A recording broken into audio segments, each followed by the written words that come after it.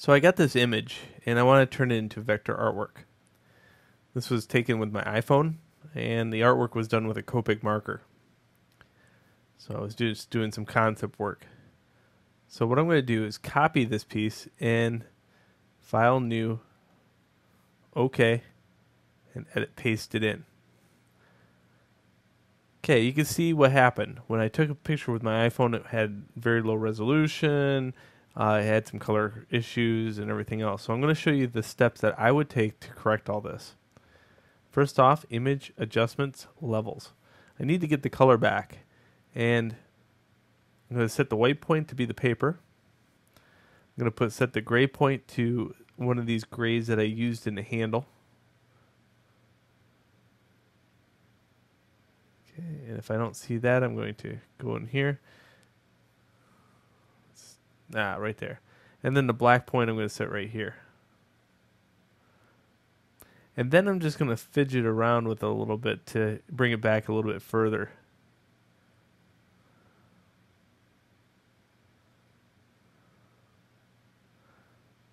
What I want to do is try to get rid of all those pinks. Now I can go to red and mess around with this until I get no pinks in this situation. Like that. Good.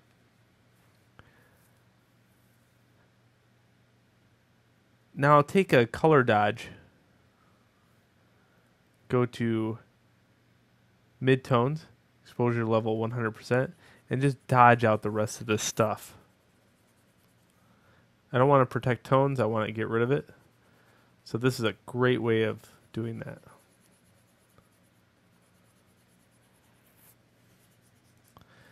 Now all this pencil information is probably going to transfer over, so I need to get rid of that too. At this point I need to make a backup copy. Go filter, blur, Gaussian blur. And I'm going to try to get some of this pencil information out of here. And then I'm going to go filter, sharpen, smart sharpen.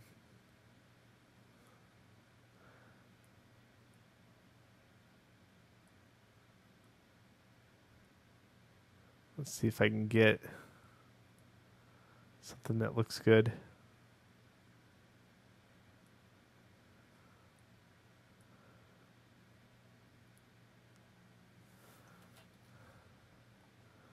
All right, so this is what I have. I have the blues, I have the pinks. This is what I had before. I had a lot of pencil information in it.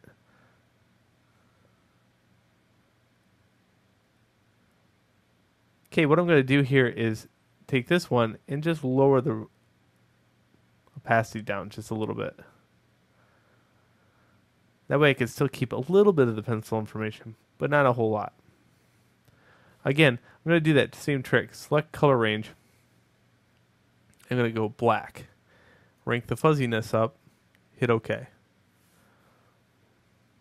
Edit, copy, merge. Go into Illustrator and paste it in. Just going to do a live trace.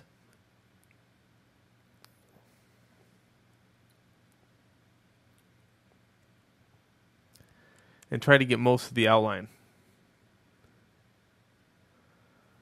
Now, if I can't get it, the best thing to do here is adjust it within Photoshop. You can see, because the blacks don't carry over very well in this area, it's not giving me a good read. In this case, I can do an image adjustment levels and bring my black point over just a little bit. And then back. This will give me more blacks in that area to mess around with.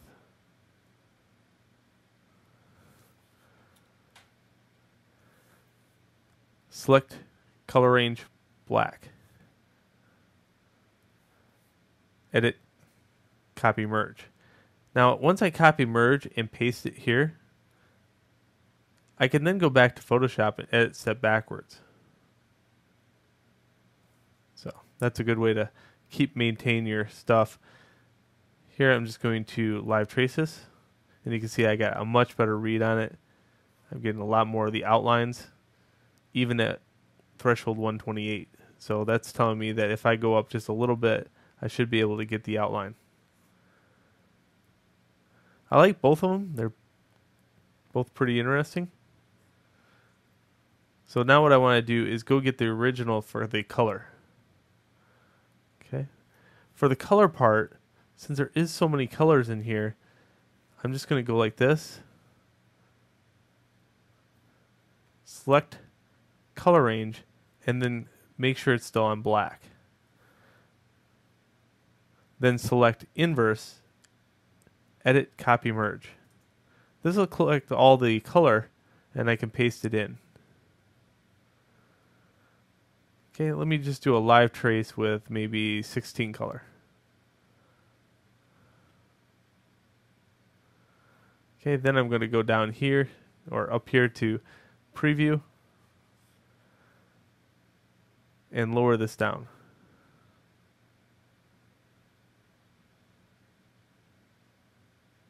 Sometimes it's better to do this by hand. Very nice. I like that. That's a really cool look. Hit OK. So trace it. And now I have what I want. I have a good outline and I have a good color. Okay, I got to bring them together.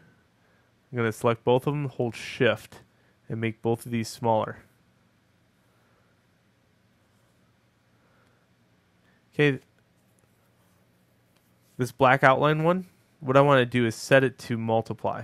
So here, highlight it, set it to multiply.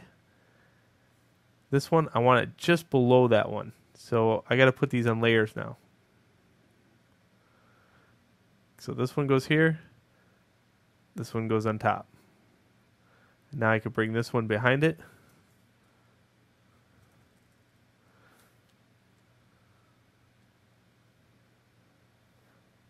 I can lock out the black layer if I want, and that way I can select only the gray. And I'll look at this with my vision till everything gets not so blurry, and there we go. We got some vector designs.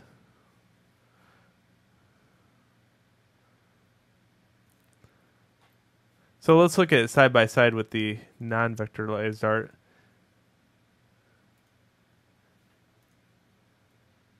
Copy it, paste it. So here's what it looked like before, and you can see that's quite terrible. Bad color, bad everything else. This has a very cool look.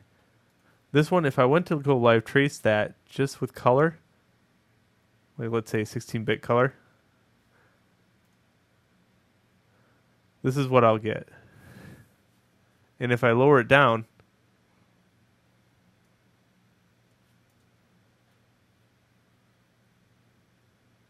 this is what I get. So not very good results. The better way to do it is steal the color from Photoshop and work on it a little bit at a time. Alright, so that's my kind of turning concept art into vector-based illustration. Enjoy.